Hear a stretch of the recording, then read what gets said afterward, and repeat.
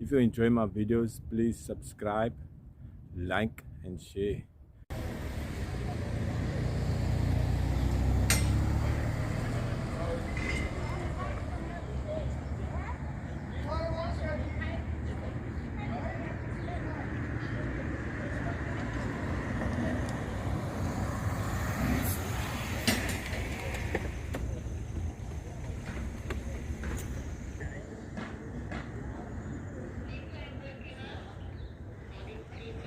Check the bench. Haha.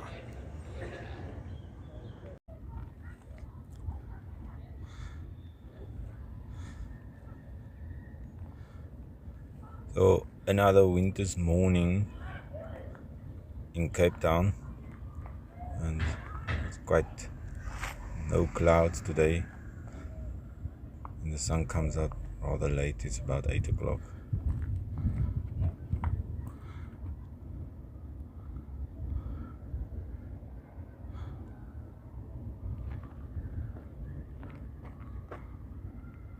So I'm gonna walk up there to Signal Hill.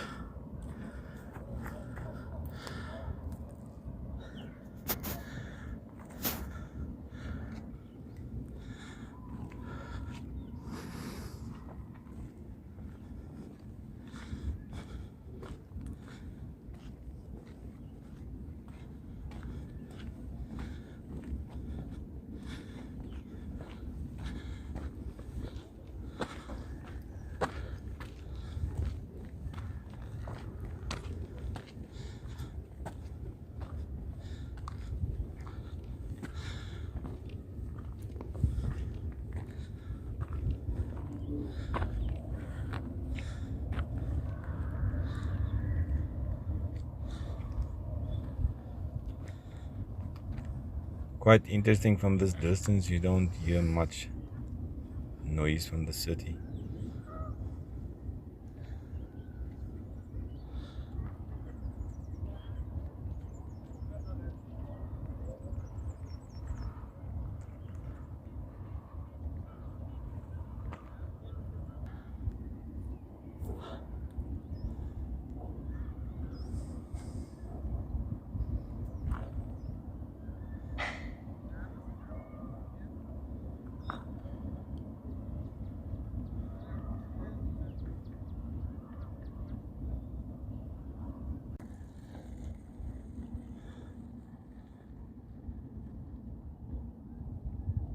And right down here we have the German school.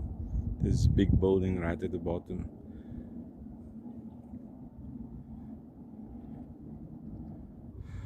So this is how the fynbos will look, and those guys, I hope you see them later, are chopping down all the aliens from Australia. And now I saw a very pretty small plant. No idea what it is, but it looks very interesting. Yeah. Wow.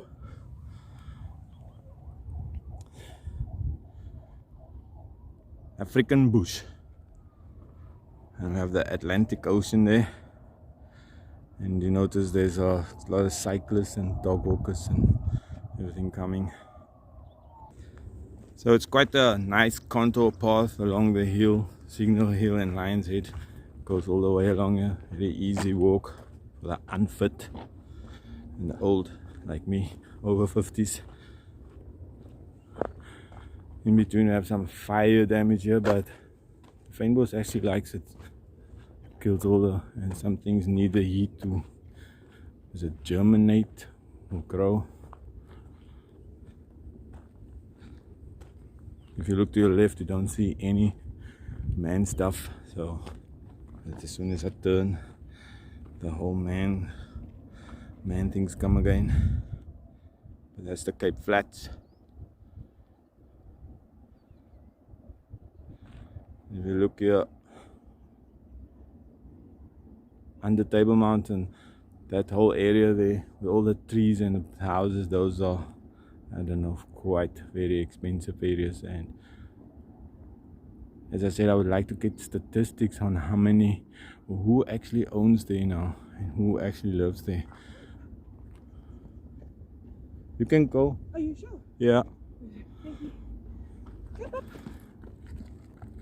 So as you see, they have some walkers with the dogs. Oh, here comes the dog. There we go. Small doggy. A cute doggy. And these are probably the people living down here. These are still the white people mostly, I think. When Jan van Riebeeck came, he took over these places and made it farms, and later it became residential areas. And just below is the city.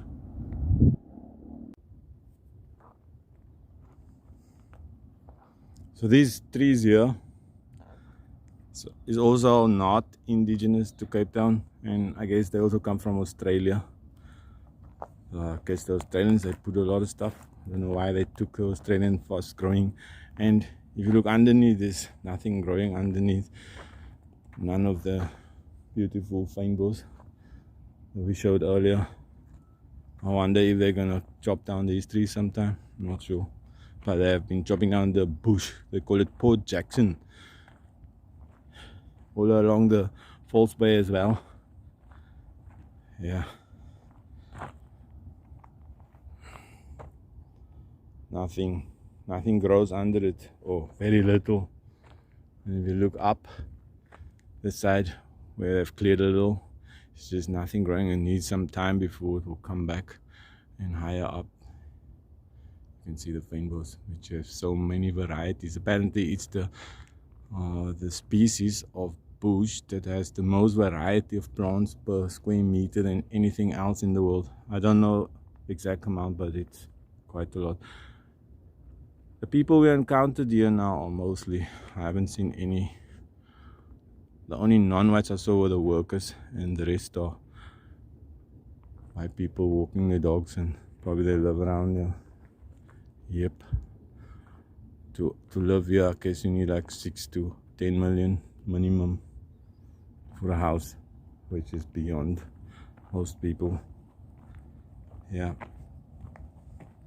So if you look down here, you can see this electric fence with the cameras and everything for the people that live up here in these villas. I always wonder, how did they manage to buy this land from the government, or is this still land in generations of family? Because I've spoken to some people here and they can trace their family like 12 generations back, whereas me, we can't go that far back, because 1834 I think slavery ended, and that's when my ancestors jumped out of the slave lodges. And so I think and at that point they remained quite poor and workers, so they didn't have access to know who their ancestors were. So the only ancestors I know maybe is my father and maybe his grandfather, I don't know, and I think that's the furthest back. But none of them have ever inherited in my family, or I don't know any people in the colored community that have inherited anything from their parents. So maybe my children might be the first in my whole family history in Cape Town that have that have inherited anything. Unlike, I think, some of the people here have inherited wealth and property for 12 generations, and I guess that's why they have this electric fences protecting themselves. It's quite huge mansions up here, and they have a great view, and they have access to this beautiful path.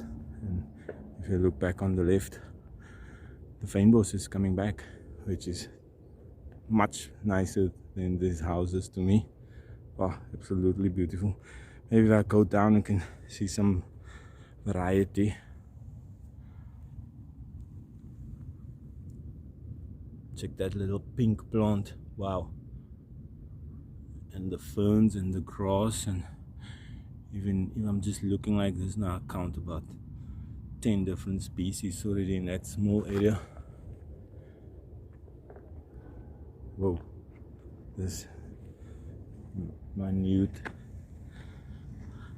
plants. How do they even develop? Wow. Nature or evolution, whatever you call it, has made these natural things. And on this side you have the man-made monsters.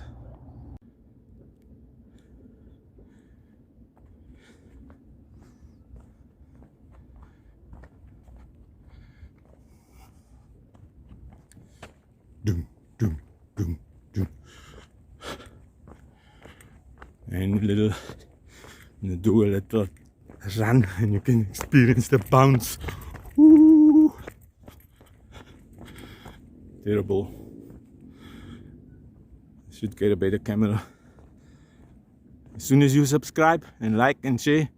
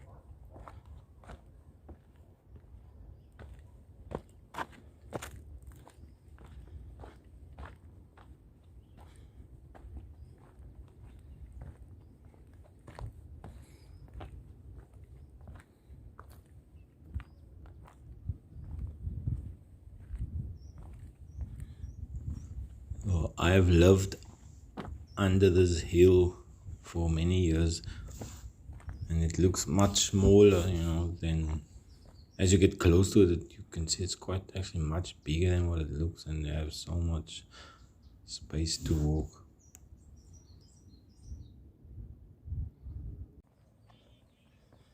There's some orange flowers, no idea what it's called, but they look very nice.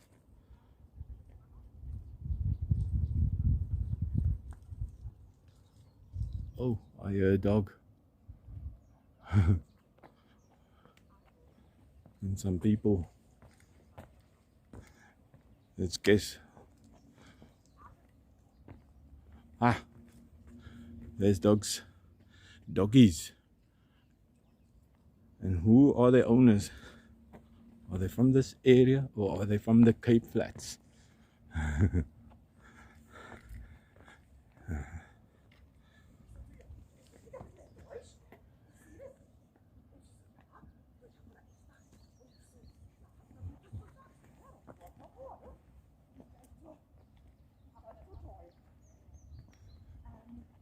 Yep, they're even speaking German. So, guess where they live.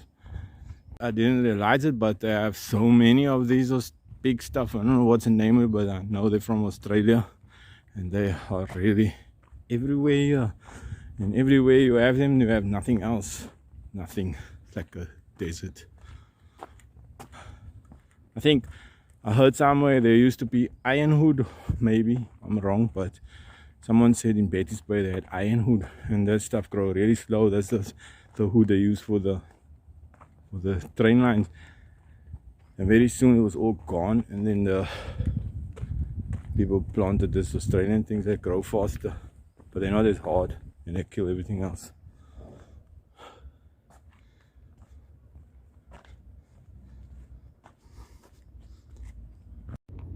Some more dogs, very far in front of the owners.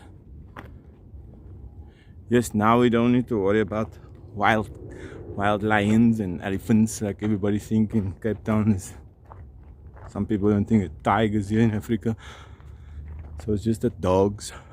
Sometimes they have I think it's a caracal cat, which is like a small lynx or something. That's also still available here, but you don't see them much. And snakes. Oop.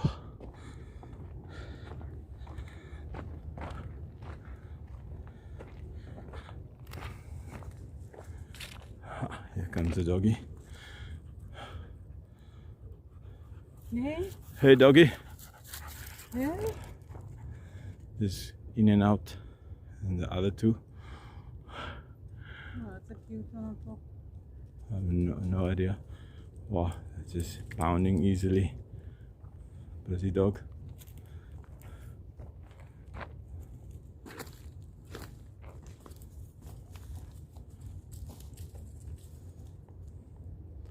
And there they go, gone again.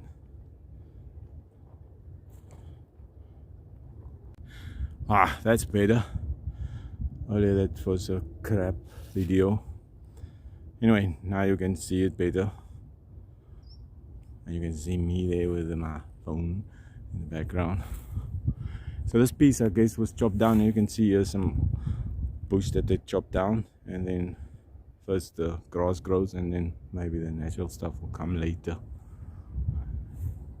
And maybe we'll grow some elephants here again.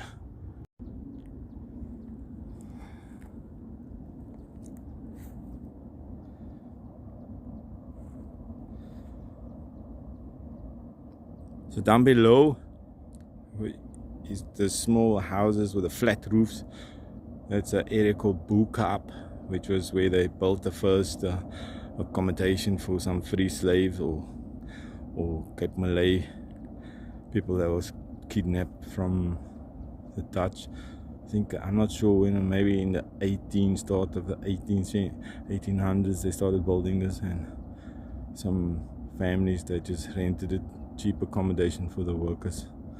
And now it's been quite a tourist attraction, and they like the different colors.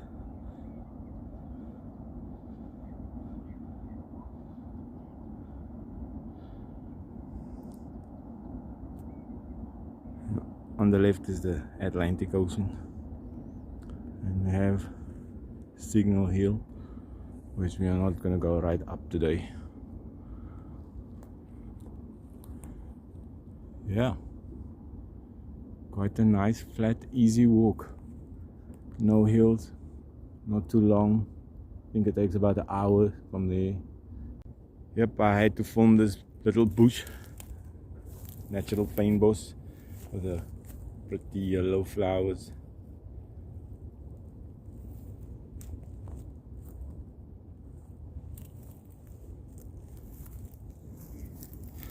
Yeah.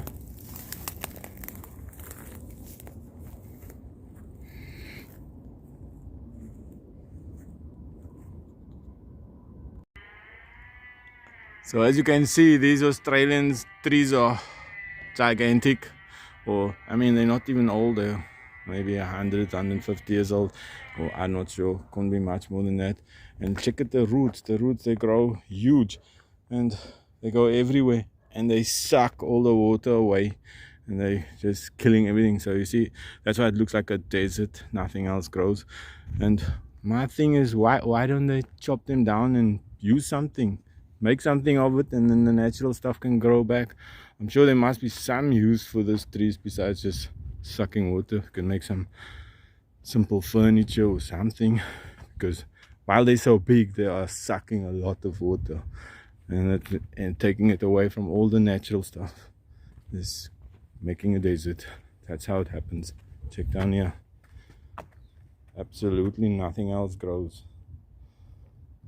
And below them we have the beautiful mansions. So on my way back, on the same route. The sun has come up a little bit more. You get a view.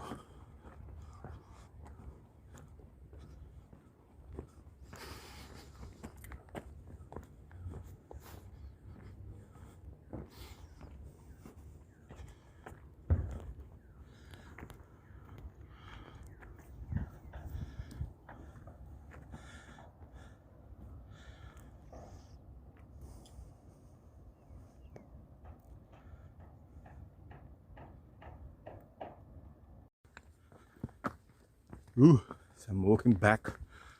It's warmer than I expected for winter.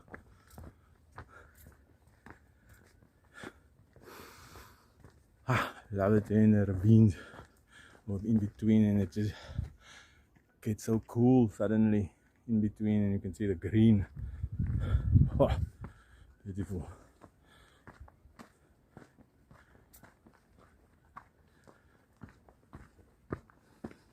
Ooh, sun in the back.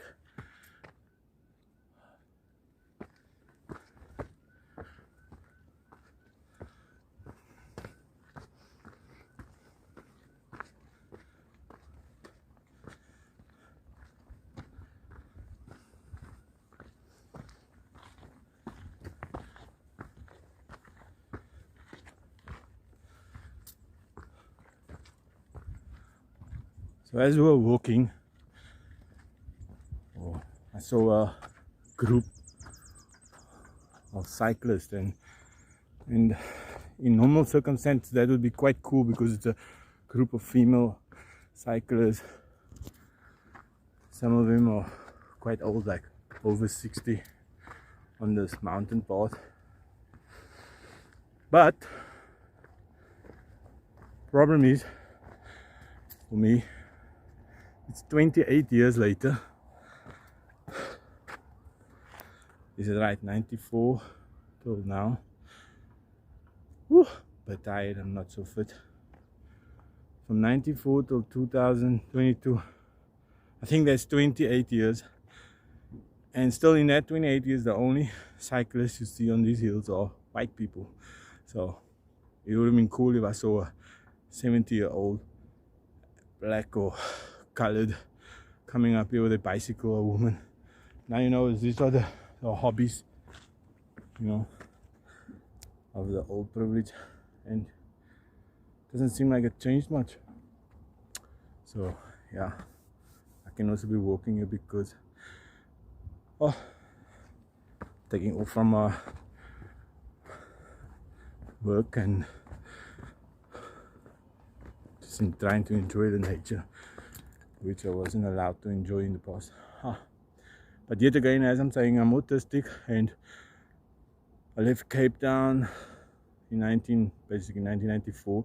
So I'm back here now for the first time, and I'm not used to living here as a free person. But yes, how free are we? Are we really free? Anyways, besides all that, it's quite beautiful here. If you're coming from another country, it's quite an easy walk, and as you know, you can mountain bike here. It's quite easy. So getting back, you can see the mountain and the school and another dog.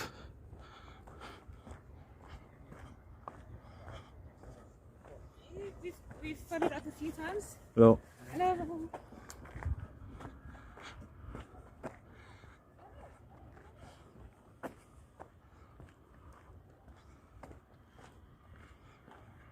Morning.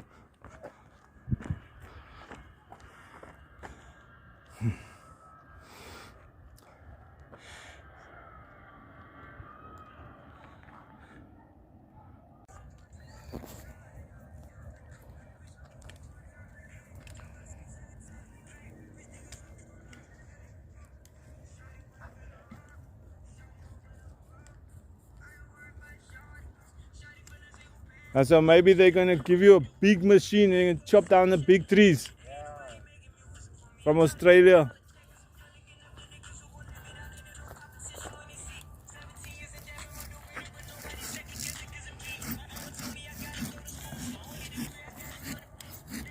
Thank you guys.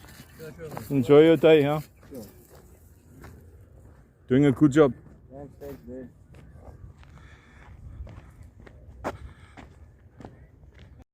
So as you can see, as on the way back, you have the barbed wire protecting some landlord. I really don't know how they got to own this, unless they're owning it, as I said much earlier, from 12 generations. But anyway, on the side, look, the mountains there, and just kind of trying but probably failing to ignore all that and just enjoy the hill.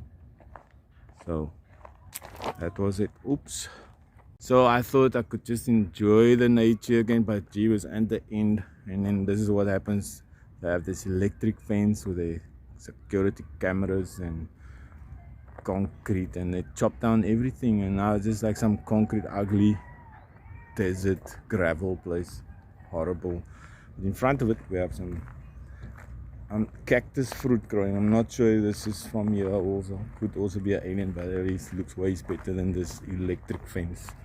And in front we have an orange monster, and then yep, that's in between we have the Cape Flats. This is where I come from.